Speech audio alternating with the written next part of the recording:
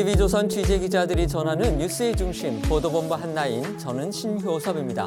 오늘의 핫 키워드부터 알아보겠습니다. 네, 첫 번째 키워드는 아쉽다입니다. 윤석열 대통령이 어젯밤 공개된 KBS 신년대담에서 김건희 여사 논란에 대해 매정하게 끊지 못해 아쉽다라면서도 몰카 정치 공작이라는 기존 입장을 분명했습니다.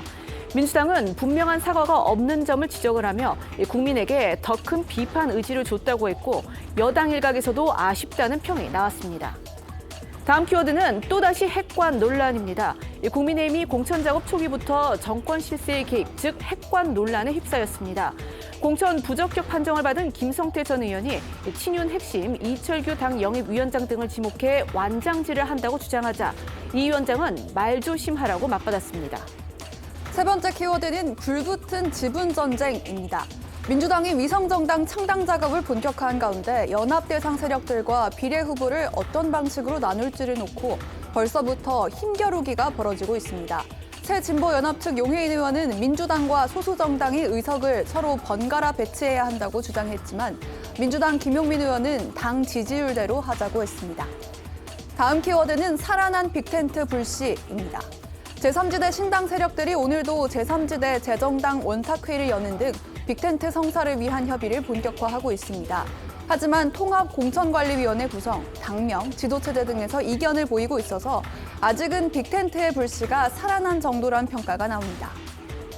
그다음 키워드는 벼랑 끝 조국입니다. 자녀 입시 비리 혐의 등으로 재판에 넘겨진 조국 전 법무부 장관 부부에 대한 2심 재판 결과가 잠시 뒤 나옵니다. 조 전 장관이 최근 신당 창당까지 시사한 상황에서 1심에 이어 오늘도 유죄 징역형을 선고받을지 아니면 다른 결과가 나올지 주목됩니다. 마지막 키워드입니다. 의정 파국으로 가나입니다. 정부가 의과대학 정원 대폭 확대를 공식화하자 대한의사협회가 비상대책위원회를 설치하고 연휴 직후 총파업 등 집단 행동을 준비하고 있습니다. 정부는 의사들이 파업에 나서면 즉시 업무 개시 명령을 내리고 이를 따르지 않으면 징계하겠다는 방침을 세웠습니다. 설 연휴를 앞둔 민주당의 분위기가 심상치 않습니다. 이미 여러 차례 전해드렸는데요. 친명과 친문, 이른바 명문 갈등이 수그러들기는커녕 오히려 확대되는 양상이어서 민주당 안팎에서는 결국 친문 대 친명의 내전으로까지 비화하는 게 아니냐, 이런 우려 섞인 관측도 나오는 모양입니다. 네, 아시다시피 이번 갈등의 방아쇠는 이틀 전이었습니다. 이재명 대표가 선임한 임혁백 공천관리위원장이 윤석열 검찰 정권 탄생에 원인을 제공한 분들은 책임 있는 자세를 보여달라고 언급한 거였는데요. 그 뒤에 친명계에서 좌장격인 정성호 의원과 안민석 의원 등이 공개적으로 지난 대선 패배에 대한 친문 진영의 책임을 거론하면서 임 위원장의 발언에 힘을 싣고 나서면서 불을 키웠습니다. 친문계에서는 당초 임 위원장의 적격 대상으로 꼽힌 임종석 전 청와대 비서실장이 나홀로 투쟁을 하는 것처럼 보였는데 어제부터는 문재인 청와대 대변인을 지낸 고민정 최고위원과 역시 친문 핵심으로 꼽히는 윤건영 의원이 공개적으로 싸움에 가서해서 판이 커졌습니다. 특히 친문계 중에 유일하게 민주당 지도부에 입성해 있는 이 고민정 최고위원은 이제 어제 당 최고위원의 모두 발언에서 공개 발언을 통해서 친명계를 비판해서 파장이 일었는데요. 뺄셈 정치가 극에 달하고 있다는 게 핵심 주장이었습니다. 고 최고위원은 오늘 라디오에 출연해서도 비슷한 비판을 내놓으면서 심지어 대놓고 물어보고 싶다. 친문계 대표적인 인물 중 한 명인 나도 총선에 나오지 말라는 거냐 이렇게 따져 묻기도 했는데요. 어제 오늘 관련 목소리들 들어보시죠. 문재인 정부가 정권 재창출을 실패한 거 아니겠습니까? 그런 측면에서 책임이 있다는 분들 많이 계시고요. 문재인 정부에서 핵심적인 역할을 했던 분들이 어떻든 책임을 져야 된다는 이런 의견도 굉장히 크기 때문에 저는 그냥 오히려 대놓고 물어보고 싶습니다. 네. 저도 이제 친문계의 대표적인 인사로 분류가 됩니다. 네네. 그러면 저보고 총선 나오지 말라는 이야기인가. 지금 총선을 앞두고 그 누가 됐든 우리가 이길 수 있다면 모두를 끌어안아야 되는 이 상황에서 잘잘못을 따져가면서 뺄셈하는 것이 승리에 도움이 되느냐. 네. 무엇을 향해서 어떤 목표를 가지고 그러한 말씀들을 계속 하시는지 의도가 참 궁금합니다. 예.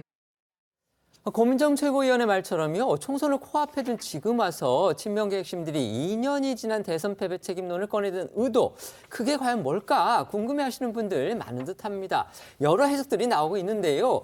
지난 당내 대선 경선 때부터 이어져 왔던 이 앙금의 연장선이 아니냐, 이런 시각이 또 눈길을 끌더군요. 네, 친문 진영에선 친명계의 공세에 친문계 죽이기 의도가 있다고 본 듯합니다. 한 친문 핵심 의원은 조선일보에 역대 선거에서 같은 편의 전 정권을 탓하는 걸 본 적이 있느냐며 이런 상식 밖의 행동은 결국 친문을 몰아내려는 의도로밖에 볼 수 없다라고 이렇게 주장을 했는데요. 아까 앵커께서 말씀하신 것처럼 당내에선 이러한 배경에 지난 당내 대선 경선 때부터 이어진 명문, 그러니까 친명과 친문 간의 감정적 앙금이 있다는 해석이 나오고 있습니다. 되돌아보면 2017년 대선 경선에서 이재명 대표가 문재인 전 대통령에게 패배하자 즉시 이 대표 지지자들은 경선 불복을 외치며 문 전 대통령을 강하게 비난했었고요. 문 전 대통령을 비방하는 SNS 계정 해경궁 김 씨가 이 대표 아내인 김혜경 씨 것이라는 의혹이 제기되면서 이 대표 역시 친문 지지층의 성토 대상이 됐습니다. 결국 이러한 감정의 골이 풀리지 못한 채 이어져 왔고 총선을 앞두고 지금 감정이 터져 나오는 촉매 중 하나로 작용한 게 아니냐라는 겁니다. 관련해 오늘 친명계 안민석 의원의 목소리도 한번 들어보시죠. 정권을 뺏긴 것은 역사적인 죄를 지은 것이거든요. 물론 뭐 저도 책임도 있고 민주당 국회의원들 다 책임이 있고 그렇겠지만은 근데 뭐 공통 책임은 무책임이죠. 그런데 문재인 대통령을 가장 가까이서 모셨던 비서실장 그런 분들은 역사적인 책임을 져야 되죠. 그분들의 개인적인 잘잘못을 떠나서 그것이 국민들의 어떤 눈높이에 맞는 그런 판단이라고 저는 봅니다. 이처럼 친명계의 계속되는 파상 공세예요. 친문계에서는 이재명 대표의 책임론 이걸로 맞불을 놓고 있습니다. 네, 한마디로 이제 윤석열 대통령을 검찰총장으로 발탁한 책임이 문 전 대통령에게 있다 하더라도 대선에서 진 책임은 후보였던 이재명 대표에게 있다라는 건데 이틀 전에 이명백 위원장이 그 책임 발언 이후에 임종석 전 비서실장 역시요 본인의 SNS를 통해서 이 지난 대선에서의 격차인 0.74%포인트 이걸 이제 언급을 하면서 이재명 대표를 애둘러 겨냥을 했습니다. 한 친문계 의원도 조선일보를 통해서 이 선거에 진 책임은 이재명 후보에게 있다면서 경선에서 이낙연 후보가 이겼다면 민주당이 정권을 내줄 일도 없었을 거다라는 격한 주장까지 내놨습니다. 지금은 국민의힘 소속이죠. 민주당에 있을 때 지난 대선의 경선관리위원장을 맡았던 이상민 의원이 있습니다. 이 의원 같은 경우는요. 친문의 책임 그리고 이재명 대표 그러니까 이재명 후보의 책임을 동시에 지적을 하면서 이재명 대표의 불출마 이것도 또 언급했습니다. 네, 이상민 의원이 오늘 이 한 라디오에 출연해서 한 발언인데요. 이 친문 인사들에게 책임을 묻는 것에는 동의를 하지만 대선 패배에 책임이 있다면 당시 대선 후보였던 이 대표의 책임이 크고 그렇다면 이 대표에게도 불출마를 권고해야 하는 거 아니냐라는 취지입니다. 이 의원의 발언 들어보시겠습니다. 있다면 후보가 책임이 있죠. 그럼 후보도 불출마 공고해야 될 거 아니겠어요? 결국은 친문들 문재인 정부 책임을 묻는 거 아니겠어요? 그러면 아니 그건 나는 동의합니다. 문재인 정부도 실정이 있었기 때문에 국민들의 마음이 떠났고 그거에 대해서 표로 연결됐고 그러나 이재명 대표 자신의 결점, 결함 때문에도 있는 것이죠. 책임져라 하라고 했으면 이재명 대표도 책임져야 되잖아요. 이재명 대표와 그 공범자들, 맹종하는 사람들도 책임을 져야 되지 않습니까? 이런 상황을 우려하는 민주당 인사들 사이에서는 이 단순히 문재인 정부에서 어떤 역할을 했는지가 아니라 후보 경쟁력을 종합적으로 판단해서 공천 여부를 결정해야 한다는 목소리도 나오고 있다고 합니다. 그러니까 민주당 우세 지역으로 꼽히는 서울 중구 성동 갑에 출사표를 던진 임종석 전 실장과 혼전 지역인 충북 청주 상당에서 출마 준비를 하고 있는 노영민 전 실장을 같은 선상에 놓고 비판할 수는 없다는 건데 국민일보에 따르면 한 민주당 관계자는 임 위원장이 사실상 임종석 전 실장만 저격한 게 아니겠느냐 이렇게 말한 것으로도 전해졌습니다. 어제 임종석 전 실장 같은 경우는요. 임 위원장의 발언이 나를 겨냥한 건 아니라고 들었다. 이렇게 또 얘기를 했습니다. 당내에서는 임 전 실장만 겨냥한 거다. 이런 해석이 또 동시에 나오고 있는 겁니다. 이런 가운데서요. 오늘 한 언론은 친명계 민주당 지도부가 비공개 회의를 최근에 갖고서 임종석 전 실장을 출마시키지 않기로 방침을 정했다. 이렇게 보도했습니다. 또 기사에는 임 전 실장이 이재명 대표한테 10여 차례 전화를 걸었는데 이 대표가 받지도 않았고 거기에 응대하지도 않았다. 또 이런 내용도 들어있었습니다. 네, 동아일보의 보도인데요. 최근 친명계 지도부가 비공개 총선 전략회의를 열고 이 임종석 전 실장의 서울 중 송동갑 출마는 안 된다라는 방침을 정했다고 전했습니다. 험지 출마가 아니고는 이 공천을 주기 어렵다라는 취지인데 친명계 지도부는 지난 5일 회의에서 이러한 의견을 모았다고 하고요. 이 대표는 이 자리에 참석하지 않았다고 하는 게 기사 내용입니다. 5일이면요. 이명백 공관위원장이 그 친문을 겨냥한 발언을 하기 바로 전날입니다. 네, 그래서 좀 사실 확인이 필요한데요. 기사 내용이 맞다면 임 위원장의 친문 불출마 압박 메시지 역시 이러한 연장선상에서 이루어진 게 아니냐라는 해석이 나오는데요. 동아일보는 친명계가 임 전 실장 퇴출 명분으로 문재인 정부가 부동산과 소득주도 성장 정책 실패로 이 정권을 내준 만큼 이에 대한 책임을 지는 사람이 있어야 된다는 점을 내세우고 있다고도 전했습니다. 문재인 청와대 초대 비서실장 출신으로 친문의 핵심 인사로 꼽히는 분이죠. 임종석 전 실장이 이번 총선에서 이렇게 전면에 나선다면 결국 총선에서 전 정권 책임론이 더 거세질 수 있다. 이게 지금 친명계 주장의 핵심 요지인 듯합니다. 임종석 전 실장 측과 민주당 모두 지금 전해드린 그 보도는 부인을 하고 있는데요. 자, 여기 나와 있는 이루라 기자도 임 전 실장 측의 이야기 직접 들어보셨죠? 네, 일단 임 전 실장 측 관계자는요, 임 전 실장이 이 대표에게 10여 차례 통화를 시도했다라는 그런 보도 내용에 대해서 단 한 번도 연락을 한 적이 없다면서 모두 부인을 했습니다. 또 지도부로부터 험지 출마 요구를 받은 바도 없다고 했는데 그러면서 이제 임 전 실장이 과거에도 이제 국민의힘 한동훈 비대위원장과 붙겠다거나 종로 출마 등을 많이 언급을 해왔지만 당에서는 어떠한 반응도 없었다면서 또 이제는 이미 후보 등록을 한 만큼 이 출마 지역을 바꾸기는 너무 늦었다라고도 했는데요. 이 관련한 임 전 실장의 과거 발언도 들어보시겠습니다. 제가 성동으로 가기 전에 여러 번 종로도 좋고 용산도 좋고 이 정부에 가장 책임 있는 사람과 붙고 싶다. 할 수만 있다면 한동훈과 붙고 싶다. 이렇게까지 여러 번 이야기를 했고 저로서는 또 기다렸고요.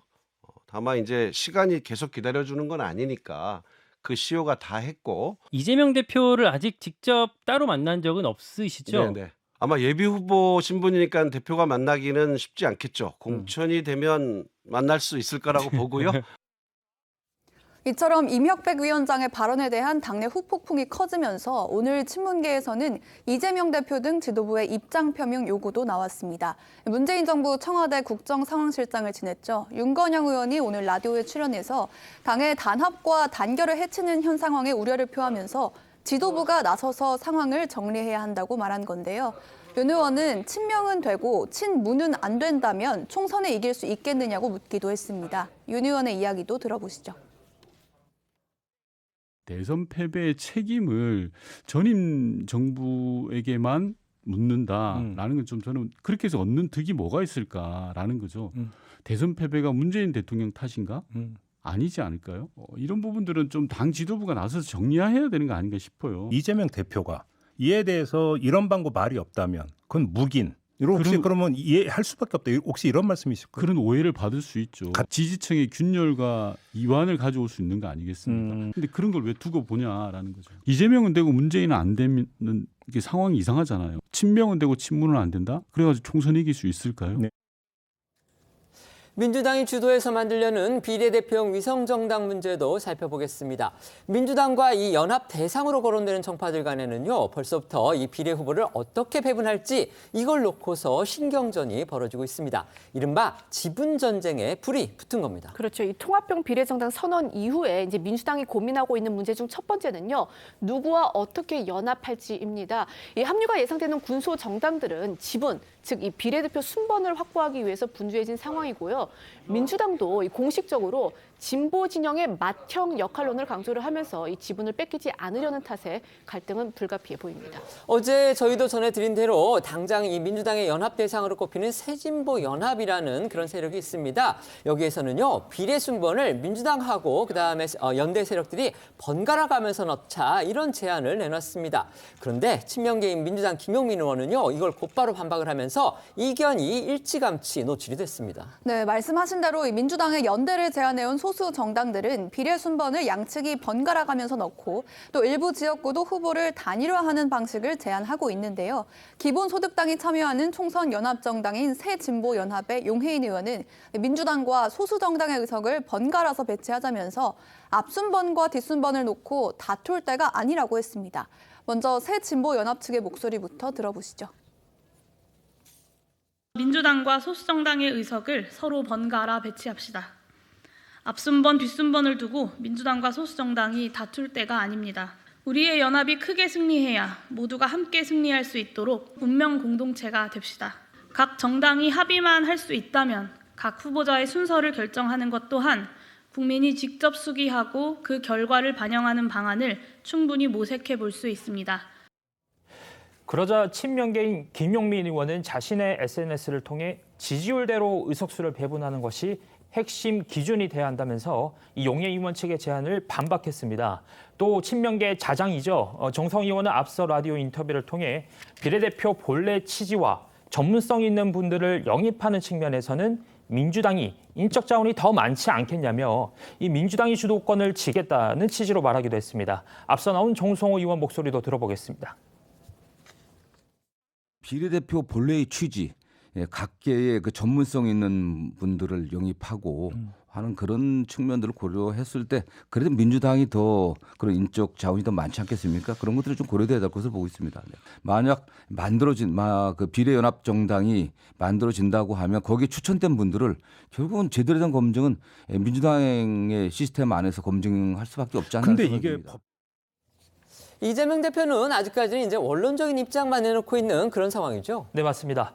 이재명 대표는 어제 민주당은 준연동형 비례대표제의 취지를 살리고자 일부 비례 의석을 소수 정당과 시민사회와 나눌 수 있는 방법을 찾겠다며 기존 입장을 강조했습니다.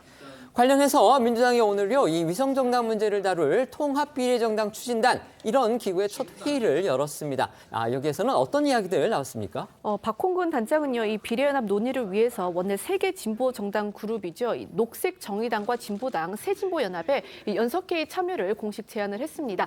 다만 박 단장은요 이 논란이 일고 있는 비례대표 순번 등에 대해서는 아직은 이야기할 단계가 아니다라고 말을 아꼈는데 그러면서도 자기 입장에만 국한하지 말고 대승적으로 임해달라면서 이 소수 정당을 압박하기도 했습니다. 들어보시겠습니다.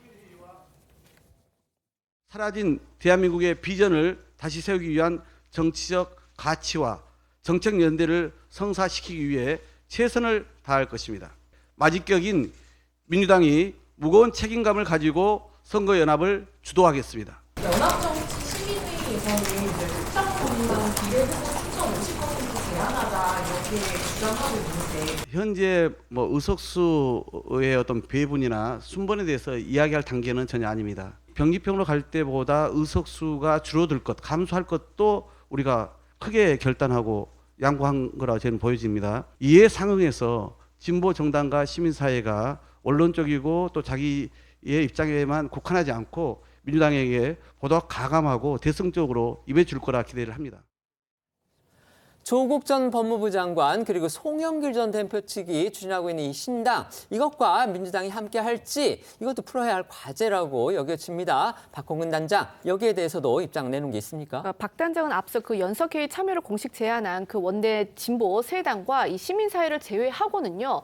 아직 창당이 안 되어 있거나 국민적 대표성이 충분히 보장되어 있지 않다면서 현재로선 논의 계획이 없다라고 이야기했습니다. 여당인 국민의힘 역시 위성정당 준비에 속도를 내고 있습니다. 이재명 대표가 이제 위성정당 창당을 공식화한 자신의 결정을 사과하면서도 여당도 마찬가지라는 취지로 이렇게 역공을 했죠. 그것에 대해서 윤재욱 국민의힘 원내대표가 다시 반박하고 나섰습니다. 네, 이재명 대표는 어제 최고위 회의에서 통합형 비례정당 창당 결정을 사과하면서도 분명한 건 여당의 위성정당 창당도 똑같다는 거라는 걸 지적한 바 있는데요.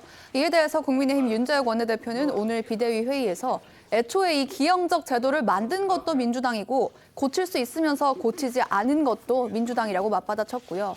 민주당과 소수정당 사이에 비례 순번을 두고 힘겨루기가 본격화하는 것에 대해서도 강하게 비판했습니다. 윤 원내대표의 목소리 들어보시죠.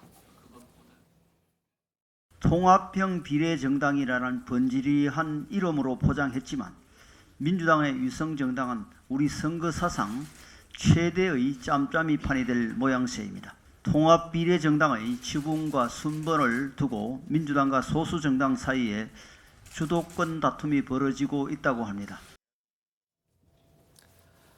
여러 차례 전해드렸습니다. 지금 공천 문제를 두고서요. 민주당 내부에 이제 주류인 친명계 그리고 친문계 이 사이에서 갈등이 상당히 심화하는 그런 양상입니다. 그 갈등 양상을 보면서 궁금했던 부분이 그거였습니다. 과연 이재명 대표의 생각은 뭘까? 그거였는데 아니나 다를까 그 청와대 국정상황실장을 지낸 윤건영 의원입니다. 친문계 역시 핵심으로 꼽히죠. 윤 의원이 라디오에 나와서 이렇게 얘기를 했습니다. 현 상황에 대해서 당 지도부가 나서서 상황을 정리해야 하는 거 아니냐. 이거 동조 묵인한다는 오해 받을 수 있고 지지층 균열하고 이완을 가져올 수도 있는 상황인데 왜 지도부가 그런 걸 두고 보느냐. 지금 이렇게 라디오에서 주장을 했습니다. 어떻게 생각하십니까? 그렇죠. 이재명 대표는 사실은 문재인 전 대통령을 만난 이후에 이제 뭐 명문정당 이렇게 돼서 그 이른바 그 명문 간 통합 이런 분위기를 조성을 했단 말이죠. 근데 바로 다음 날 이것이 이제 명문 갈등으로 번졌습니다. 자, 그렇게 되다 보니까 이거를 윤건영 의원이 지금 정리를 해달라 이렇게 얘기를 하는데 이재명 대표는 지금 관찰을 하고 있는 것으로 보여요. 그래서 이제 이재명 대표가 그러면 친문들을 대부분 다 솎아내겠다는 건지 아니면 친문 중에 그 친문의 상징성이 높은 임종석 전 대통령 비서실장만 쳐내겠다는 것인지 이런 부분이 현재 명확치 않은데 저는 개인적으로는 그 임종석 전 실장을 포함한 몇 명의 친문, 그러니까 친문 전체가 아니고 아마 그 정도 선에서 이 관찰을 하다가 적당한 선에서 제동을 걸지 않을까 이렇게 보고 있습니다. 그 개인적으로는 사실은 임종석 전 실장 같은 경우는 만약에 중성동갑에서 당선돼서 돌아오면 친문의 구심점이 될 가능성이 있거든요. 그렇죠. 저는 지금 이재명 대표가 친문 중에서도 친문이 숫자가 많으니까 그중에서 구심점이 될 만한 사람들의 힘을 빼는 단계가 아닌가. 그러니까 짧게는 8월에 있는 전당대회, 그다음에 길게는 다음 대선. 여기까지 그렇죠. 내다보는 거기까지 내다보는 거죠. 네. 그래서 그 아마 그 선을 넘어갈 정도로 뭐 친문 전체를 거의 공천을 안 주겠다. 아마 여기까지는 아닐 걸로 보입니다. 네. 사실 이 논란과 관련해서는 이명백 공관위원장의 발언이 좀 이 논란을 격화시키는 또 시발점이 됐다라는 이야기들이 나오거든요.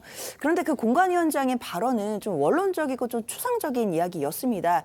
결국 뭐 전 정권에 책임 있는 분들 또는 뭐 윤석열 정권의 탄생에도 기여한 분들 뭐 이런 분들에 대한 이야기들이었지만 이것이 바로 공천의 직접적인 기준이 될 수는 없습니다. 그렇기 때문에 이 발언을 놓고 또 이 뭐 친문과 친명과의 갈등이 격화되고 있다라는 부분들은 조금 확대 해석되는 부분도 있다고 보이고요. 결국에는 정당이 지금 공천을 앞두고 있기 때문에 국민의힘도 민주당도 그 내부에서 공천 갈등이 있을 수 있다고 생각합니다. 그 공천 갈등 중에 또 하나로 봐야 될 것 같고 이게 이제 지도부가 이런 부분들을 시스템 공천이나 공정한 공천을 통해서 이 공천 이후에 잡음을 무마시킬 수 있느냐 이런 것이 핵심인 것이지 지금 갈등의 양상들만 너무 주목해 놓고 본다면 확대 해석될 가능성도 있어 보입니다. 네. 민주당뿐만이 아니고요. 국민의힘의 공천 과정에서도 공개적인 파열음이 나오기 시작했습니다. 어제 잠시 전해드렸는데요. 이 부적격 판정을 받은 김성태 전 원내대표가 반발을 하고 나섰고 기자회견을 통해서 이른바 윤핵관으로 불리는 정권 실세 중에 한 분이죠. 이철규 의원 등의 실명까지 거론을 하면서 공개 저격하고 나선 겁니다. 양측은 오늘도 설전을 벌였는데 일부에서는 이 장면이 앞으로 이제 공천 결정이 하나하나 나오면 이 친윤 대 비윤 갈등이 벌어질 것이고 그것의 예고편인 게 아니냐 이런 평이 나오고 있습니다. 네, 먼저 김성태 전 의원은요. 과거 이 자녀 채용 비리 의혹과 관련해서 뇌물수수 혐의로 대법원에서 유죄가 확정이 됐다가 지난해 초에 윤석열 대통령에게 이 사면 복권을 받았습니다. 그리고 이제 이후 옛 삼선 지역구인 서울 강서을에 공천 신청을 했는데 그 결과가 이제 부적격이었었죠. 이 여당 공관위가 발표한 29명의 공천 부적격자에 포함이 된 건데요. 앞서 이제 국민의힘이 밝힌 이 입시 채용 등 4대 부적격 비리와 함께 사면 복권돼서도 무효라는 이 도덕성 기준이 이제 겹치면서 부적격자에 든 것으로 보입니다. 이에 대해서 이제 김 전 의원은 반발을 하면서 어제 기자회견을 열었는데 이 기자회견을 통해서 당과 대통령 주변에 암처럼 퍼져 있는 소위 핵관, 핵심 관계자들이 만들어낸 결과다라고 주장을 하면서 강하게 반발을 했습니다. 김성태 전 의원은 자신의 지역구에서 뛰고 있는 이제 모 예비 후보 측하고 그다음에 그를 지원하는 이른바 윤핵관이 짜고 치는 공천 기획이다. 이런 취지로 지금 주장하고 있습니다. 그리고 그 윤핵관으로서 이철규, 박성민 의원 두 사람 모두 사실 친윤의 핵심으로 꼽히는 분들이죠. 이 두 의원의 실명을 꺼내기도 했습니다. 네, 김성태 전 의원은 어제 이제 기자회견을 한 뒤에 기자들을 만나서 이 사면 복권된 자도 공천을 원천 배제한다는 이 특별 규정을 대통령 측근 인사라고 공관위에 들어가 있는 한 인사가 주장을 해서 이 공관위 기준에 반영시켰다고 주장을 했는데요. 혹시 그 측근 인사가 이철규 의원이냐는 기자들의 물음에 부인하지 않겠다고 했습니다. 또 역시 윤핵관으로 불리는 이 박성민 의원에 대해서 이 박 의원이 공관위에 들어가 있는 핵심 인사를 통해서 일부 예비 후보를 박모 씨를 강서 의뢰 공천해야 한다고 하는 전화를 받았다는 사람이 있다고도 주장을 했는데요. 화면으로 보고 오시죠. 박성민 의원을 비롯한 허리 많은 대통령 측근이라고 자처하는 인사들이 이미 자신들의 입맛에 맞는 총선 구도를 만들고 또 지역 공천까지 자신들이 설계했습니다. 대통령 측근 인사라고 공관위에 들어가 있는 한 인사가 3차 공관위 기준에 반영시킨 그 장본인이 흔히 말하는 핵관 인사입니다. 공관위에 들어간 핵관이라면 이철규 의원 부인하지 않겠습니다. 김성태 전 의원이 내놓고 있는 주장 말 그대로 당사자의 일방적인 주장입니다. 그리고 김성태 전 의원도 어떤 증거를 제시하거나 그런 건 아직은 없습니다.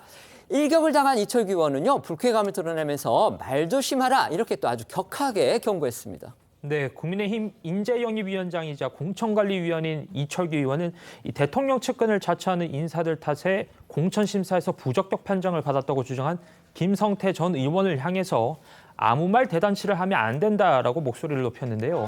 당 원내대표를 역임한 책임 있는 중진이었던 분이 그렇게 무책임한 말을 막 하면 되겠냐라고도 했습니다. 이 의원은 이어 공천 부적격 기준은 공관위와 관계없이 이미 당의 총선 기획단이 만들어 놓은 기준에 따른 것이라며 서운하겠지만 현실을 받아들여야지 왜 남을 원망하냐라고 덧붙였습니다. 김성태 의원이 거론한 박성민 의원의 반응, 일부 언론을 통해서 전해지고 있죠. 네, 박 의원은 이 뉴스씨와의 통화에서 전혀 근거 없는 주장이라고 일축을 했습니다. 이어서 이 선거 때만 되면은 별의별 소리가 다 나온다면서 위원비원은 대응할 일고의 가치도 없다는 입장을 밝힌 것으로 알려졌습니다. 하지만 김성태 전 의원은요, 어제에 이어서 오늘도 이철규 의원을 아주 강하게 비판했습니다. 네, 김 전 의원은 오늘 자신의 SNS에 이 의원을 겨냥해서 아무 말 잔치라고 할 자격이라도 있는지 모르겠다면서 대통령 주변 권력에서 가장 호가호위하는 당사자가 할 이야기는 아닌 것 같다고 했는데요. 김 전 의원은 또 완장 찰 줄만 알았지 지난 대선에서 정권 교체를 위해 헌신했던 동지들을 챙기는 완장질을 보지 못했다면서 이번에도 추악한 완장질을 했다고 솔직한 양심 고백이나 하시라고 했습니다. 두 사람의 공개 설전을 두고서 일단 여당 안에서는 이철규 의원을 두둔하는 듯한 목소리는 나왔습니다. 네, 국민의힘 인재영입위원이죠. 조정원 의원은 김성태 전 의원의 입장에선 억울한 게 왜 없겠냐면서도 김 전 의원의 태도는 중진, 서병수 의원 등이 당 요청을 수용해서 험지 출마를 준비하는 것과는 너무 대조가 된다고 했습니다. 또 이철규 의원에 대해선 담백하게 정치를 하는 사람이라면서 누구라도 엿먹는 이 악역 역할을 맡은 것이라는 취지의 의견을 내놨습니다. 목소리 직접 한번 들어보시죠. 진짜로 선배 의원으로서 그 뭐 서병수, 김태호 의원님 등등 지금 험지라고 하는 곳 지금 준비하고 계신데 예. 너무 대조가 된다. 이철규 위원장은 정치 담백하게 하시는 분 같아요. 본인이 추천하는 이력서가 까여도 그런가 보다 하고 넘어가실 때가 있어요. 이철규 위원장이 아니었으면 또 다른 분이 그 역할을 하셨을 거고 또 그분에게도 똑같은 비난이 오지 않았을까. 악역을 맡는 사람에 대해서 불가피한 측면이 있다. 명백하게 악역이죠.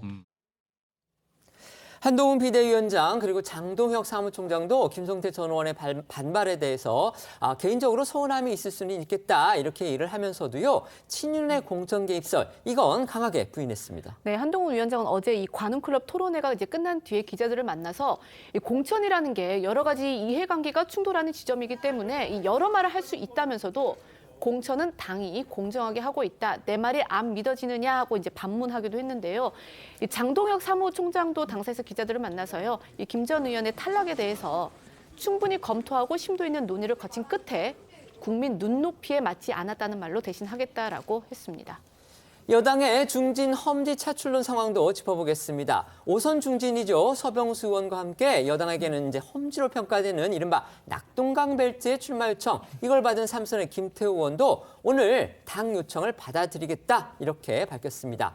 김 의원은요, 4년 전 총선에서는요, 험지 출마 요구를 받기도 했습니다. 당시에도. 그런데 그때는 이제 탈당을 한 다음에 무소속으로 당선이 됐는데 이번에는 다른 결정을 한 겁니다. 네, 현재 김태우 의원의 지역구는 경남 산청, 함양, 거창, 합천이죠. 그런데 앞서 당으로부터 경남 양산, 을로 지역구를 옮겨달라는 요청을 받았습니다. 이 양산을은 아시다시피 문재인 전 대통령의 사저가 있는 곳이라서 민주당에게는 상징성이 큰 곳으로 평가가 되고요. 현재 민주당 김두관 의원의 지역구이기도 합니다. 김태우 의원은 지난 총선 때는 당의 차출 요청을 거부하고 탈당해서 무소속으로 현 지역구에서 당선이 됐는데 이번에는 당의 요청을 받아들인 건데요. 오늘 오전 기자회견에서 당이 처해 있는 현실이 너무나 절박해서 외면할 수 없었다. 낙동강 최전선 양산에 온몸을 던지겠다고 밝혔습니다. 영상으로 직접 보고 오시겠습니다. 거대 야당의 행포로 우리 대한민국이 한 발짝도 지금 미래로 나가지 못하고 있는 이 암담한 현실 앞에서 저는 단호하게 결심했습니다. 낙동강을 지키는 것이 고향을 지키고 이 나라를 지키는 길임을, 그리고 저 김태호가 비켜나갈 길은 없다고 저는 판단했습니다. 낙동강의 최전선 양산에 제 모든 것을 던지겠습니다. 5선의 서병수, 또 3선의 김태우 의원이 이렇게 험지 출마를 결단한 데 이어서요. 3선의 경남의 조혜진 의원도 지금 당으로부터 험지 출마 요청을 받고서 고민 중이라고 합니다. 이들에 더해서 험지로 지역구를 옮기게 될 중진들이 과연 더 있을지, 있다면 누가 될지 이 부분에도 지금 관심이 쏠리고 있습니다. 네, 일부 언론은 이 3명의 의원 말고도 중진 희생론이 확대될 가능성이 있다는 전제 아래서 이 부산 지역에서만 5선의 조경태 의원 등이 거론되고 있습니다.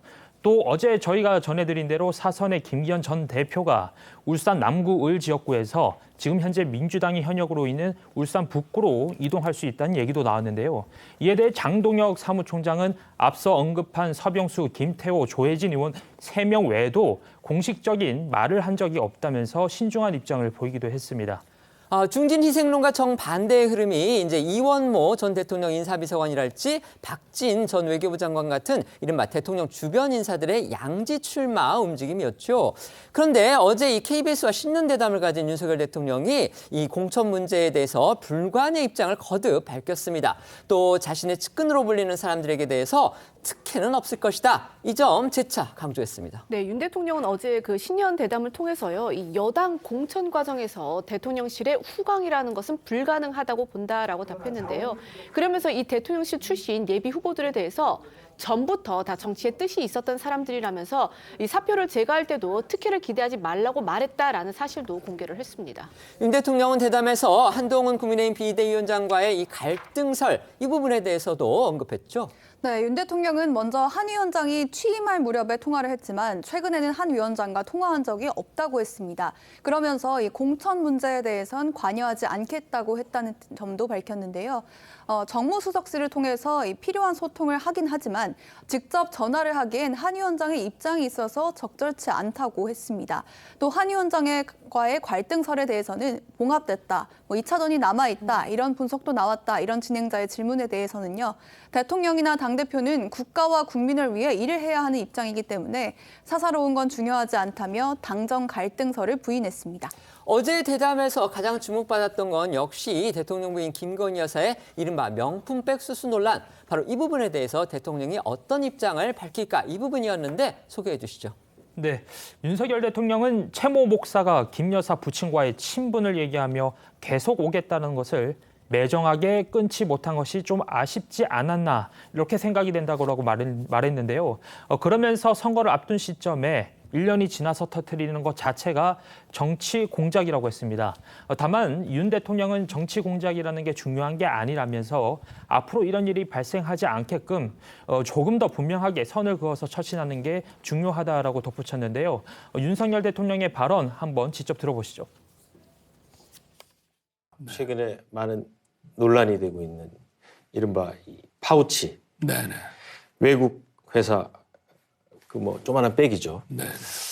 아버지와의 동향이고 뭐 친분을 이렇게 얘기를 하면서 왔기 방문을 때문에 접근했던 사람이에요. 네. 저도 마찬가지고 대통령이나 대통령 부인이 어느 누구한테도 이렇게 박절하게 대하기는 참 어렵습니다. 자꾸 오겠다고 하고 해서 제가 보기에는 좀 그거를 매정하게 좀 끊지 못한 것이 어떤 문제라는 문제고 좀 아쉽지 않았나 생각이 되는데 시계에다가 이런 몰카까지 들고 와서 이런 걸 했기 때문에 공작이죠. 앞으로는 이런 일이 발생 안 하게 조금 더 분명하게 선을 그어서 이런 그 처신을 하는 게 중요하다는 말씀을 드리고 싶습니다. 이슈 가지고서 네. 부부싸움 하셨어요? 전혀 안 했습니다. 야당에선 이 같은 윤 대통령의 입장에 대해서 혹평일색의 반응을 내놨습니다. 특히 윤 대통령이 이 명품백 논란에 대해서 사과하지 않았다 이 점과 함께요. 진행을 맡은 KBS 앵커가 명품백이라고 이제 언론들이 보통 표현을 해왔는데 어제 대담에서 파우치, 외국 회사, 그 조그만한 백 이렇게 표현한 부분도 야당에서는 지적을 했습니다. 맞습니다. 먼저 이 민주당 홍익표 원내대표는요. 오늘 당 이 정책조정회의에서 국민이 듣고자 하는 사과와 반성이 없었다라고 지적을 했고요. 이 KBS 아나운서 출신인 고민정 최고위원은요. 오늘 한 라디오 방송을 통해서 진행자가 명품백을 명품백이라고 말하지 못하더라면서 참 비루하다라고 비판을 한 뒤에 또 이 윤석열 대통령의 매정하게 끊지 못했다라는 그런 이제 발언을 언급하면서 그게 뇌물인 것이다라고 주장을 했습니다. 이 고민정 최고위원의 목소리 들어보시겠습니다. 특히나 가장 저한테는 좀 의아하고 충격적이었던 건 그 KBS가 이제 기자 간담회를 한 거잖아요. 그렇죠. 명품백을 명품백이라고 말하지 못하더라고요. 그리고 대통령께서는 결국은 김건희 여사의 명품백 수수에 대해서 사과조차 없었고 심지어는 매정하게 끊지 못한 게 문제다라는 말씀을 하셨는데 매정하게 끊지 못해서 그게 뇌물인 겁니다. 여당의 입장은요, 저희가 보기에 조금 좀 헷갈리는 그런 내용이 좀 있었습니다. 분위기가. 그러니까 여당은 아침 당 공식 회의 때만 해도요, 대통령 대담을 놓고서 별다른 언급이 없었습니다. 그래서 혹시 이걸 아예 무시하는 쪽으로 불만을 표시하는 거 아니냐, 이런 해석까지 나왔는데 시간이 지나면서 아쉽다라는 그런 평가도 나왔고요. 그다음에 윤 대통령이 사과를 했더라도 야당한테 공격 빌미를 주는 것밖에는 안 됐을 거다. 이런 식으로 대통령실을 좀 감싸는 분위기의 반응이 나왔습니다. 한동훈 비대위원장도 방금 전에야 입장을 냈습니다. 네, 말씀하신 대로 윤 대통령의 대담 방송에 대해서 야권에서는 비판이 이어진 것과 달리 오늘 아침에 열린 여당 비대위회의에서는 별다른 언급이 없어서 오히려 눈길을 끌었습니다. 하지만 김경일 비대위원은 이 회의 이후에 백불에서 대통령의 아쉽다는 발언을 언급하면서 똑같이 아쉽습니다. 이렇게 5글자 평을 내놨습니다. 반면에 한동훈 위원장은 오늘 연탄 나눔 봉사활동 현장에서 기자들과 만나서 김 여사의 명품백 논란에 대해서 대통령이 진솔한 생각을 말했다고 생각한다면서 평가는 국민들이 하는 것이다. 이런 입장을 밝혔는데요. 그러면서 민주당의 비판에 대해선 레토릭일 뿐이라면서 하나하나 답변할 필요가 없다는 반응을 보였습니다. 김경일 비대위원과 한동훈 위원장의 목소리 듣고 오시죠. 5글자만 드릴게요. 대통령께서도 계속 아쉽습니다 했는데 저도 똑같은 말씀을 반복할게요. 아쉽습니다. 그 사안에 대해서 재발 방지 등을 비롯해서 다른 여러 사안에 대해서 대통령께서 진솔한 자기 생각을 말씀하셨다고 생각합니다. 평가는 국민이 하신 것이고 제가 세세한 발언 내용에 대해서 평가하는 것은 적절하지 않아 보입니다. 국민적인 우려가 있다는 게 해소됐다고 생각하세요? 국민적인 우려가 걱정이나 우려가 있다는 점에 대해서 대통령도 공감하신 것이 아닌가 생각합니다. 게다가 그 이후에 재발 방지 체계에 대해서도 말씀을 하셨잖아요. 여러 가지 추가적인 시스템적인 보완 같은 것을 용산 대통령실에서 준비하시지 않을까 생각합니다. 민주당에서는 변명으로 시작해서 자기 합리화로 끝낸 빈 껍데기 대담이라고. 그냥 레토릭일 뿐이잖아요. 그냥 민주당의 말은 그냥 레토릭일 뿐이고요. 민주당이 하는 그런 말의 향연에 대해서 하나하나 답변할 필요는 없을 것 같아요. 어제 대통령의 신년대담 어떻게 보셨습니까? 어제 대담에서 가장 주목받았던 부분은 단연 김건희 여사의 명품백 논란이었을 것 같은데요. 사실 대통령의 입장은 사실 그동안 나왔던 대통령실의 입장이나 뭐 여당의 입장에서 크게 달라지거나 나아간 부분은 없는 것 같습니다. 그렇기 때문에 국민들께서도 그래도 대통령께서 직접 좀 더 상세한 해명을 하고 사과를 하진 않을까라는 기대를 가지신 분들이 그래도 계셨을 텐데 이런 부분에서는 좀 실망을 하셨을 거라 생각이 듭니다. 그래서 사실 이 대담 자체에서 뭔가 기존의 입장에서 더 나아간 것이 없다라고 한다면 사실상 국민의 입장에서는 이 대담에서 김건희 여사의 논란과 관련된 부분이 과연 해소됐느냐라고 한다면 해소되지 않았을 가능성이 저는 훨씬 높다고 생각이 들고요. 그리고 한동훈 비대위원장이 뭐 재벌 방지 부분을 강조를 하시는데 재벌 방지를 해야 되는 것은 너무나 당연한 얘기 같습니다. 그런데 국민들께서 지금 의혹을 가지시는 부분은 앞으로의 일도 중요하겠지만 과거에 있었던 일, 그러니까 명품백 수수 의혹과 그리고 도이치모터스 주가 조작과 관련된 부분들에 대해서 과거의 일을 그럼 어떻게 수사하고 어떻게 진상 규명할 것인지 그것에 대한 답변일 것입니다. 그런데 그런 부분에 대해서는 좀 답이 미흡하고 앞으로의 이야기만 한다라고 한다면 국민들께서는 이 수사나 또는 앞으로의 이 진상 규명에 대해서 계속해서 의문을 가지실 거다 생각이 듭니다. 네. 지금 국민의힘 사실 공천 아주 초입이잖아요. 그렇죠. 그런데 벌써부터 지금 이른바 이제 정권 실세의 개입을 둘러싸고서 물론 이제 공천 부적격자의 비판이기 때문에 저희가 그런 부분은 감안해야 되겠지만 어쨌든지 간에 이 핵관의 개입론 이게 지금 불거졌습니다. 네. 어떻게 보십니까? 그건 뭐 아시다시피 당초 이철규 인재영입 위원장이 이 공천관리위원회에 들어가면서부터 이런 논란은 충분히 저는 예고된 거라고 생각을 하고요. 자, 그런데 이제 예를 들어서 사면 복권이 된 사람을 부적격으로 판정한다. 그러면 불과 몇 달 전에 김태호 구청장 사면 복권시켜서 공천한 이 국민의힘의 태도는 어떻게 설명이 될 것이냐 하는 부분에서 몇 달 전의 국민의힘과 지금의 국민의힘은 왜 이렇게 다른가 하는 부분에 대해서도 설명을 해야 되는 것이고 또 하나는 한동훈 국민의힘 비대위원장이 줄곧 해서 이기는 공천을 하겠다고 했습니다.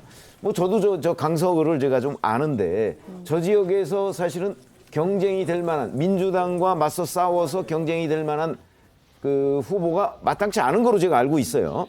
그런데 지금 김성태 전 의원은 거기에서 그래도 연이어서 3선을 한 사람이거든요. 자, 그렇다면 지금 강서가 가불병인데 가불병 모두 민주당 의원들이에요. 그러면 과연 김성태 전 원내대표를 거기에서 부적격으로 판정하고 난 뒤에 가불병 중에 단 한 군데라도 과연 이기는 공천을 할 수 있을까 하는 부분에 관해서 저는 저도 이제 상황을 좀 이렇게 알아보면 그런 건 아닌 것 같다라고 한다면 다른 정치적인 이유로 김성태 전 원내대표를 부적격으로 판정한 것 아니냐 이렇게 이제 지적을 할 수밖에 없을 것 같아요. 그 지역을 좀 안다는 사람은. 그래서 이제 김성태 전 원내대표는 더군다나 드루킹 특검이라고 하는 거를 이끌어낸 사람입니다. 어찌 보면 그거에 대한 표적 사정을 받았다고도 많은 사람이 평가를 하고 있기 때문에 주장을 하고 있습니다. 본인도 그렇게 주장을 하고 있고 그리고 그 주변에 있는 지방 언론인들도 그렇게 평가하는 사람들이 많더라고요. 그런 걸 보면 과연 이것이 뭐 공천 잡음이라는 건 늘 있는 거지만 어쨌든 이기는 공천이라고 하는 부분에 있어서 정말 맞는 지금 판단을 한 것이냐 하는 부분은 논란이 계속 있을 수밖에 없다 이렇게 생각합니다. 최 의원님이 이제 김성태 전 의원의 그 지역에서의 경쟁력 부분에 대해서 말씀을 해주셨는데 저희가 아직 객관적으로 어떤 그걸 입증할 만한 자료 같은 건 갖고 있지는 않습니다. 그래서 그 부분은 우리 최 의원님의 개인적인 취재 결과로 저희가 그렇게 짚고 넘어가겠습니다. 총선을 앞두고 여야 모두 공천 잡음으로 시끄러운 상황에서요. 이제 설 민심을 들어야 할 시간이 다가왔습니다. 여야 대표 모두 연휴를 하루 앞둔 오늘 귀성 인사에 나섰습니다. 네, 한동훈 비대위원장을 비롯한 국민의힘 지도부는요, 오늘 오전 9시쯤 서울역을 찾아서 시민들에게 귀성 인사를 했습니다. 이재명 대표 등 민주당 지도부는 정오쯤에 용산역에서 귀성객들과 인사를 했는데요. 먼저 이 국민의힘 움직임부터 살펴보면요, 이 한 위원장과 당 지도부는 새해 복 많이 받으세요나 이 동료 시민과 함께라는 글귀가 적힌 어깨띠를 두르고 이 대합실과 승강장을 돌면서 귀성객과 인사를 했습니다. 이 시민들에게 총선 공약이 담긴 정책 홍보물도 나눠졌는데 이 홍보물에는 한 위원장이 직접 손글씨 메모로 이 동료 시민들의 삶을 좋게 만드는 데 도움이 되는 삶을 살고 싶었다. 불합리한 격차를 해소하겠다 등 평소 한 위원장이 강조했던 내용들이 담겨 있었습니다. 이 귀성 인사에 나선 한동훈 위원장 모습부터 보시겠습니다.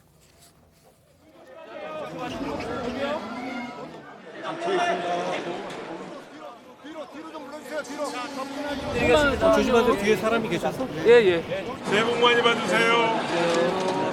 새해 복 많이 받으십시오. 잘 보내세요. 여당 지도부는 귀성 인사를 마치고서요, 이 연탄 나르기 봉사에도 나섰습니다. 네, 여당 지도부는 서울의 마지막 달동네라고 불리는 노원구 백사마을을 찾아서 연탄 나르기 봉사도 했습니다. 한 위원장은 오늘 아침 비대위 회의에서 그동안 각계 인사들에게 설 선물을 보내던 관행을 깨고 그 비용 전액을 연탄으로 기부하기로 했다, 이렇게 밝혔고요. 봉사를 마친 뒤에는 국민의힘은 앞으로도 불우이웃 예산 5천만 원 정도를 매년 연탄 봉사에 쓰겠다고 했습니다. 한 위원장의 발언과 연탄 봉사 모습 영상으로 보시겠습니다. 이렇게 선물을 드리는 것도 의미가 있겠지만 그것보다는 그 돈을 모두 어려운 분들을 위해서 쓴 것이 우리가 지향하는 세계와 철학에 맞다고 생각했습니다. 그래서 그 예산을 전부 연탄을 구매해서 기부하기로 결정했습니다. 한 7만 1,000장 정도 되는데요. 2,000장 정도를 오늘 저희가 옮기는 그런 봉사를 할 생각입니다. 제가 잡을게.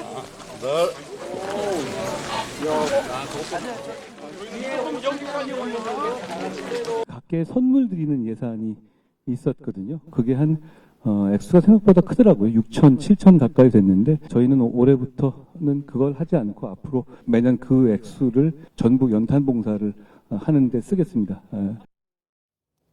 민주당 움직임도 짚어보겠습니다. 이재명 대표하고 당 지도부는요, 귀성 인사를 위해서 주로 이제 충청, 호남 지역으로 가는 열차들의 출발점이죠, 서울 용산역으로 갔습니다. 네, 이재명 대표와 민주당 지도부는 대한민국 바로 세움이라는 문구가 적힌 어깨띠를 두르고 용산역에서 기성 인사에 나섰는데요. 무엇보다 국민의힘과 민주당의 기성 인사 장소가 각각 서울역과 용산역으로 다른 점이 눈에 띄었습니다.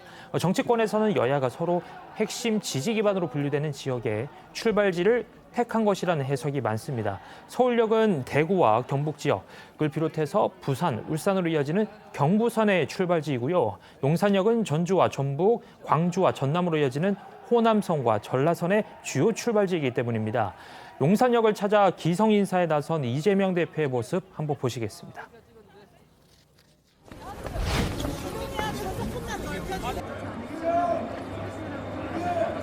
건강하게 행복하게 명절 잘 보내시기 바랍니다. 새해 복 많이 받으세요. 새해 복 많이 받으세요. 네, 이어 민주당은 이재명 대표와 홍익표 원내대표의 설 인사 영상도 공개를 했는데요. 보시겠습니다. 지금 우리가 겪는 이 위기도 평화와 민주주의의 가치를 다시 깨닫고 더 나은 대한민국으로 나아가는 체질 개선의 기회가 될 것이다, 이렇게 확신합니다. 민주당이 하겠습니다. 민생을 살리고 경제를 살리고 민주주의를 되살리겠습니다. 이재명 대표 오늘 오후에는 본인의 지역구인 인천 계양구를 찾습니다. 네, 민주당에 따르면요, 이 대표는 오늘 오후 2시쯤 인천 계양구의 계양산 전통시장과 계산시장을 찾아서 지역 인사에 나섭니다. 제3지대 세력들도 설 민심 잡기에 나섰는데요. 개혁신당은 귀성 인사를, 이낙연 새로운미래 공동대표는 목포에서 민심 행보에 나섰습니다. 네, 오늘 오전에 이준석 개혁신당 대표와 이 양향자 개혁신당 원내대표 등은 SRT가 출발하는 수서역에서 귀성 인사를 했습니다. 또 광주를 방문하고 있는 이낙연 새로운미래 공동대표는 오늘 오전 전남 목포시의 동부시장 상인회를 찾아서 현지 민심을 살폈습니다. 이렇게 민심 행보에 나선 제3지대가 꺼져가던 빅텐트의 불씨를 되살리는 듯한 또 그런 움직임을 보이고 있어서 과연 이게 최종 성사로 될지 여부가 주목됩니다. 네, 이 새로운 미래와 새로운 선택, 개혁신당, 원칙과 상식 등 이 제3지대 정당들이 총선을 앞두고 빅텐트 구성에 다시 속도를 내는 모양새입니다. 오늘 또 회의가 있었지만요. 먼저 이 4개의 세력은요, 어제 오후 국회에서 이 제3지대 대통합을 위한 1차 원탁 회의를 열고서 이 합당을 전제로 한 통합공천관리위원회를 구성하자는데 합의했다고 합니다. 저희도 전해드린 것처럼 이 새로운 미래의 창당에 참여하지 않고서 원칙과 상식의 모임으로 다시 되돌아간 이 이원욱, 조응천 의원이 대통합을 전제로 통합공천관리위를 만들자 이렇게 제안을 했고요. 또 다른 세력들이 여기에 호응을 하면서 이 회의체가 성사가 된 겁니다. 맞습니다. 이 두 위원이 제안한 통합공관위는요, 이 개혁신당, 새로운 미래 각 2명, 새로운 선택, 원칙과 상식 각 1명을 추천해서 이제 구성하기로 한 거죠. 그리고 이제 이제 어제 회의에서도요, 가장 먼저 이 통합 공관위 구성부터 좀 논의에 들어갔었는데 두 의원이 제안한 대로 각 정당이나 세력이 1명 또는 1명씩 추천을 해서 모두 7명의 통합 공관위를 구성하기로 의견을 모았다고 합니다. 네, 또 두 의원은 비례대표 후보는 개방형 경쟁 명부제 방식을 채택하겠다면서 예비 후보자 심사는 공관위가, 컷오프 심사는 40대 이하 국민 패널이, 또 순위 선정은 당원 투표로 결정할 것을 제안했는데요. 이 가운데서 후보자 예비 심사를 제외하고서 이 구체적인 공천 절차에 대해서는 합의에 이르지 못했다고 합니다. 또 오늘 2차 회의에서도 당명과 지도체제 문제 등에선 이견이 있었던 것으로 전해졌는데요.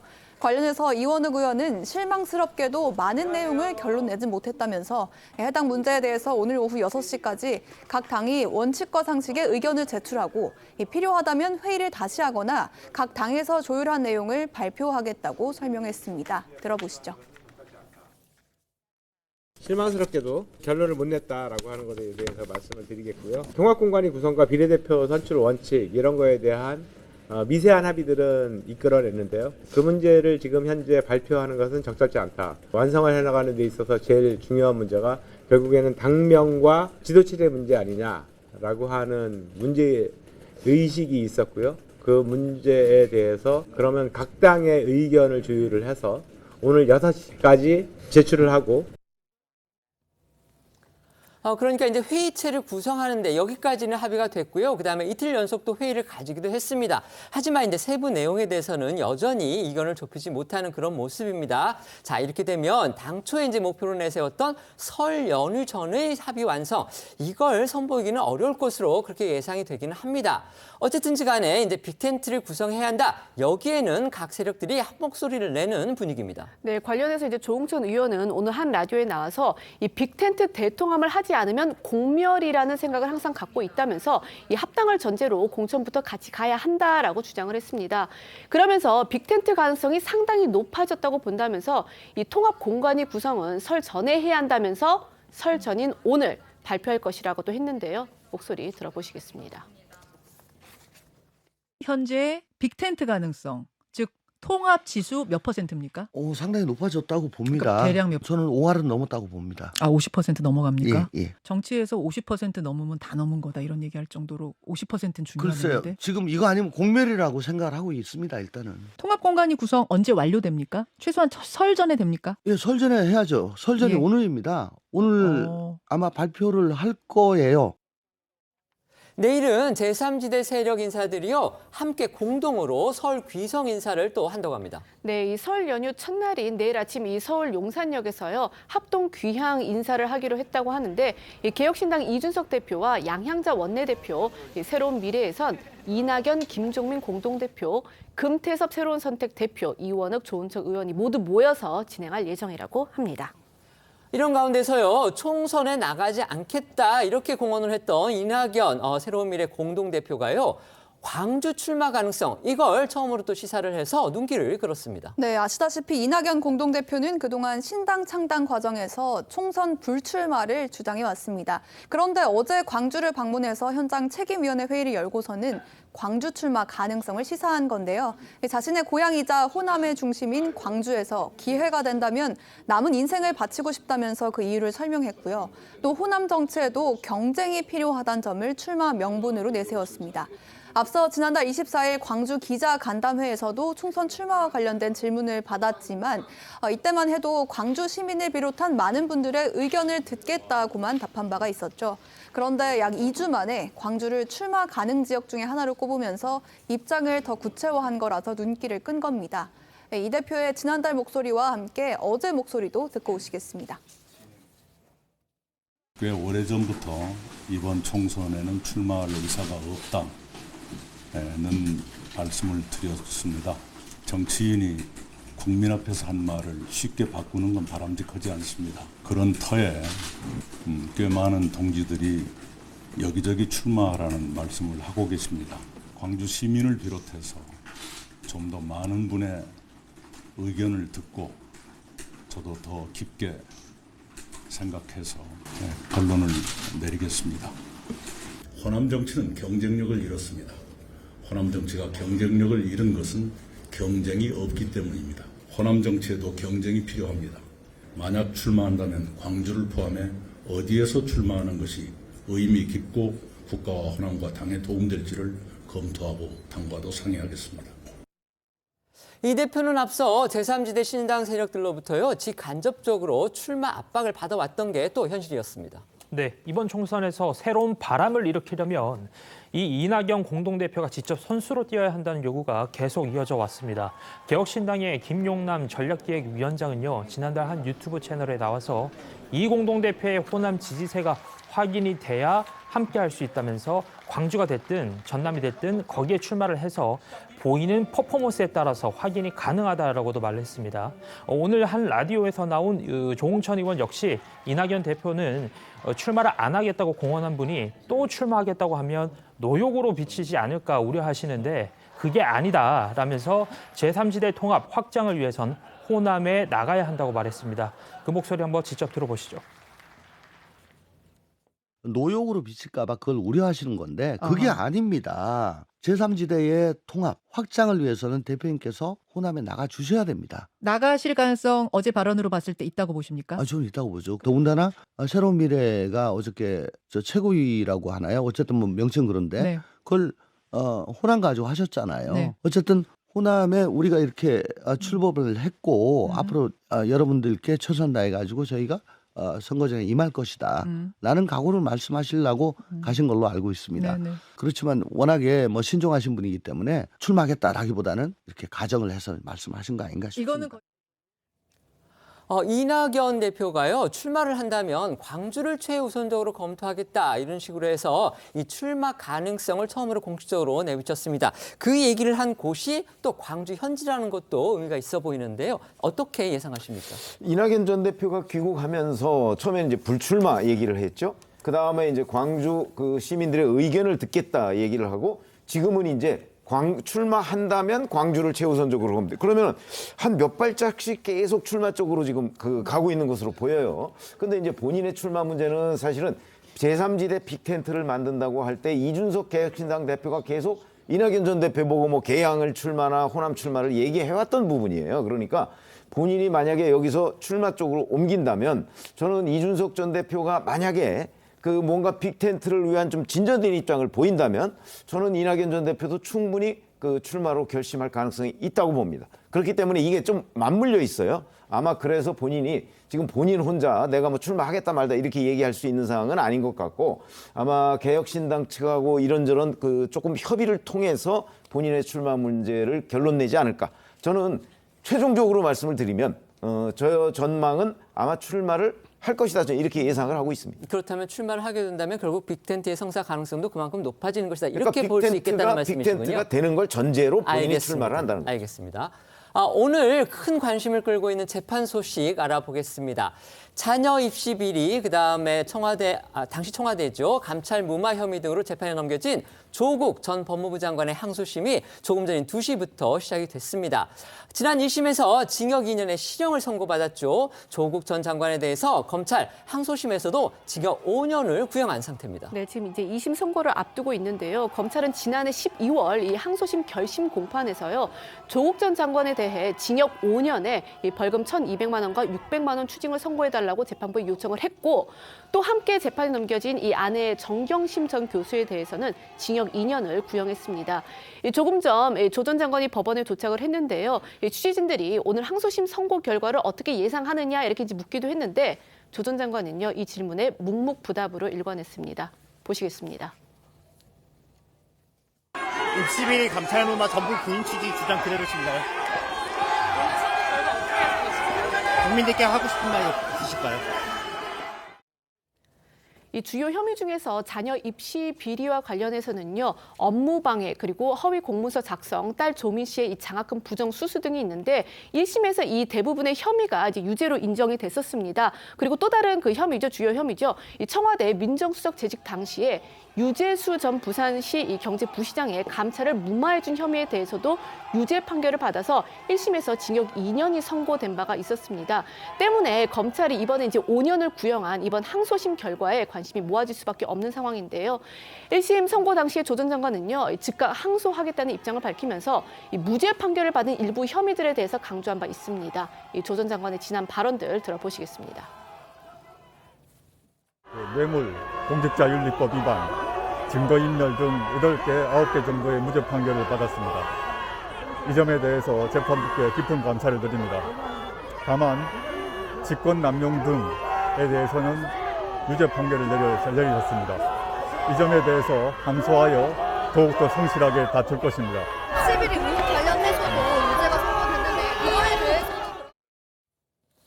1심에서 징역 2년의 실형이 선고가 됐지만요. 재판부는 조 전 장관을 법정 구속하지는 않았습니다. 이제 이를 두고서 다른 일반 형사범과의 형평성 문제, 이걸 지적하는 의견들이 나오기도 했었죠. 오늘 항소심 결과에 따라서 법정 구속 가능성, 이걸 일부 언론에서는 거론하고 있는데 어쨌든 그건 재판 결과에 따라서 달라지겠죠. 네, 원래는 이 실형 선고 때 법정 구속을 원칙으로 했던 대법원 예규 조항이 2021년 1월에 구속 사유와 필요성이 있다고 인정을 할 경우에만 바로 구속을 하도록 변경이 되면서 이 조 전 장관도 1심에서 징역 2년의 실형을 선고받고도 법정 구속을 피할 수 있었던 겁니다. 당시 1심 재판부는 조 전 장관이 증거인멸과 도주 우려가 모두 없다고 봤고요. 또 배우자인 정경심 전 교수가 수감 중인 점도 고려를 한 것으로 전해졌습니다. 하지만 법조계 일각에서는 항소심에서도 징역형이 선고될 경우 법정 구속을 이번에는 피하기 쉽지 않을 거다, 이런 전망이 나오는데요. 1심에 이어서 항소심까지 실형이 나왔는데 법정 구속을 하지 않는다면 다른 피고인들 간의 형평성 문제가 제기될 수 있고요. 또 1심의 당시에 구속 상태였던 정정 교수가 지난해 9월에 가석방으로 출소했다는 점도 변수가 될 수 있습니다. 다만 실형을 전제로 했을 때 1심보다 법정 구속 가능성이 높은 건 맞지만요. 이 항소심 재판부가 보기에 조 전 장관이 도주 우려가 없고 또 대법원에서 법리적으로 다툴 여지가 있다고 판단을 한다면 법정 구속이 안 될 수도 있다고 합니다. 오늘 재판의 쟁점, 1심에서도 그렇겠지만요. 1심에서 유죄 판결을 받았던 입시 비리 그리고 감찰 무마 혐의, 이 두 부분을 재판부가 또 집중적으로 보겠죠. 네, 그 중에서 감찰 무마 혐의가 이 조 전 장관의 1심 형량에서 가장 큰 비중을 차지하는 것으로 알려져 있습니다. 실제로 1심 재판부는 조 전 장관이 이 정치권의 부당한 청탁과 압력을 막아달라는 특별 감찰관의 요청에 눈을 감고 오히려 그 청탁에 따라 자신의 권한을 남용해서 이 정상적으로 진행되던 감찰을 중단시켰다면서 크게 질책한 바가 있습니다. 때문에 이 혐의에 대해 무죄가 나올 경우 1심보다 형이 낮아질 가능성도 제기되는데 조 전 장관 측은 감찰 무마 혐의와 관련해서 박근혜 정부 우병우 전 민정수석에 대한 판례를 거론하면서 직권 남용이 아니라고 주장하고 있습니다. 항소심 재판 도중 이 문재인 전 대통령이 감찰 처분 권한은 민정수석에 있다면서 무죄 취지 의견서를 재판부에 내기도 했습니다.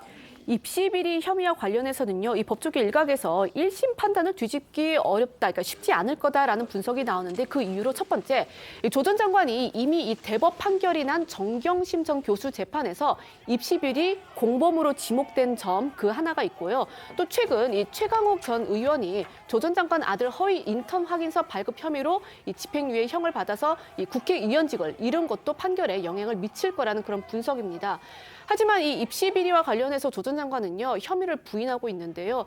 이 최후 변론에서 조 전 장관은 변명 같지만 자녀의 입시는 전적으로 배우자의 몫이었고 이 몰랐던 부분을 내가 사과할 수는 없을 것 같다라고 말한 것으로 전해졌습니다.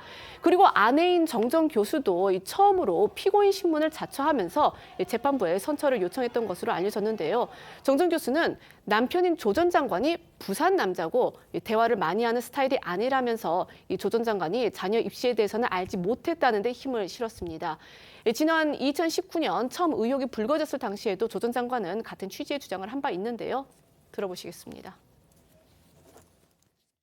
주변을 꼼꼼히 돌아보지 않고 직진만 해오다가 이번 기회에 전체 인생을 돌이켜볼 수밖에 없었습니다. 저는 집안의 가장으로, 아이의 아버지로 더 세심히 살폈어야 했다고 생각합니다. 저는 사실은 이런 것 자체에 대해서 사실 전혀 모르고 있었습니다. 제가 아이 교육에 대해서 좀 무관심, 그 점에 있어서는 무관심한 편이었습니다. 근데 이번 도대체 어떤 일이 벌어졌는가 저부터도 궁금하여 이번 2, 3주 동안 꼼꼼히 한번 확인해보고 보았더니 그 당시 상황이 그랬다는 것입니다. 오늘 항소심 판결 결과는 조국 전 장관의 그 향후 행보에도 영향을 미칠 겁니다. 조국 전 장관 아시다시피요, 최근 총선을 앞두고서 이 대외 활동의 폭을 아주 넓혀오던 그런 상황이었습니다. 오늘 항소심 선고 결과에 따라서는 정치적 파장도 예상이 되는 겁니다. 네, 앞서 조 전 장관은 재판 과정에서 해명과 이 소명이 받아들여지지 않을 경우 명예 회복을 위해 비법률적인 방식을 모색할 수 있다고 말해 총선 출마를 시사하게 됐는데요. 최근에는 싱크탱크 이 리셋 코리아를 통해 정치적 영향력도 넓히고 있는 상태입니다. 지난달에는 거취를 묻는 질문에 돌을 여러 개 들어야 될 것 같다라고 말을 했는데 제3지대 신당 창당이나 이 총선 출마 가능성이 커졌음을 암시하기도 했습니다. 관련해서 조 전 장관 발언 들어보시죠. 출마 안 하십니까? 저희 가족 전체가 이제 도륙이 났다라고 생각합니다. 현행 법 체계 내에서 어떤 한 사람이 자신의 소명과 해명이 전혀 받아들이지 못했을 때 자신을 소명하고 해명해야 될 본능이 있을 것 같고, 제가 뭐 재판을 아직 받고 있는 몸이고 이에 대해서 공개적으로 발언하기는 좀 조심스럽고, 근데 지금 뭐 또 울산 사건으로 저를 재수사한다 그러고 하니까 정말 징글징글하고 지긋지긋하구나 이런 생각이 들고, 그래서 돌 하나를 들려고 했는데 이제 돌 여러 개 들어야지 저 개인도 지킬 수 있겠구나라는 생각도 들고. 네, 하지만 조 전 장관이 오늘 항소심에서 유죄 판결을 받아서 법정 구속이 된다면요, 이 총선을 향한 이 구상들에도 제동이 걸릴 수밖에 없는데요. 특히 민주당에서 추진 중인 통합형 비례정당에 조국 전 장관이 합류할 가능성도 열려 있는 상태이기 때문에 오늘 항소심 결과는요, 이 향후 야권의 정치적 지형에도 영향을 미칠 것으로 보입니다. 고 재판부의 그 선고 결과가 알려질 예정이기 때문에 저희가 판결 결과를 예상하지는 않겠습니다. 다만 이제 법률가이신 장현주 변호사께서 나와 계시기 때문에 과연 2심 재판부는 이번에 그 결정을 내리면서 어떤 부분을 주목해서 또 어떤 대목에 주목해서 판결을 내릴 것 같은지 그 부분을 한번 여쭤보겠습니다. 그러니까 법률적인 견해를 말씀해 주시면 됩니다. 그렇죠. 이걸 법적으로 봤을 때는 결국 항소심에서 또 사실관계를 다툴 수 있기 때문에요. 두 가지 부분, 그러니까 자녀 입시 비리 부분과 감찰 무마 혐의, 이 두 가지 큰 쟁점에 대해서 사실관계에 대해서 다시 한번 전면적으로 들여다봤을 가능성이 있습니다. 그런데 이제 앞서서도 계속 이야기가 나왔지만 자녀 입시 비리 관련된 경우에는 사실 정경심 전 교수의 유죄 확정 판결에서 이미 조국 전 장관이 공범으로 지목된 부분들이 있습니다. 그런 부분들은 조국 전 장관에겐 굉장히 불리하게 적용될 것 같기는 한데요. 다만 그렇다 하더라도 조국 전 장관이 이 부분에 대해서 전혀 몰랐다라는 취지의 주장을 했으니까 그런 부분들을 재판부가 받아줄 수 있을지, 이 부분이 첫 번째 문제가 될 것 같고, 특히나 더 중요한 것은 감찰 무마 혐의에 대해서 조국 전 장관이 이 부분의 사실관계를 또 다투고 있기 때문에요. 이 부분을 사실적인 부분 또 법리적인 측면에서 감찰 무마 혐의를 만약에 무죄로 본다라고 한다면 형이 상당히 낮추어질 가능성은 있어 보입니다. 네, 법조를 오래 출입하셨기 때문에 이제 가정이긴 합니다만 만약에 2심에서도 징역형의 유죄가 선고된다면 법정 구속 가능성이 있다고 보십니까? 보통의 경우에는 사실 이제 사실관계에 대한 규명은 2심에서 끝나거든요. 그렇죠. 이제 대법원에서는 법률심이기 때문에 네. 그러면은 그 2심 끝나고 나서 만약에 징역형이 유지가 된다면 법정 구속을 하는 게 원칙입니다. 그렇지만 이제 조국 전 장관 같은 경우는 이제 전직 장관의 뭐 도주 우려 뭐 이런 게 있다고 보기는 어렵기 때문에 그런 점에서 이제 판사가 약간 재량권을 발휘할 여지는 있다, 이렇게 말씀드리겠습니다. 네. 저희는 1분 뒤에 다시 돌아오겠습니다. 오늘 준비한 소식은 여기까지입니다. 내일부터 설 연휴가 시작됩니다. 시청자 여러분들 가정에 청룡의 힘찬 기운 또 만복이 깃드시길 기원합니다. 명절 즐겁고 건강하게 보내시고 연휴 마지막 날인 다음 주 월요일 오후 1시에 다시 뵙겠습니다. 시청해 주셔서 고맙습니다.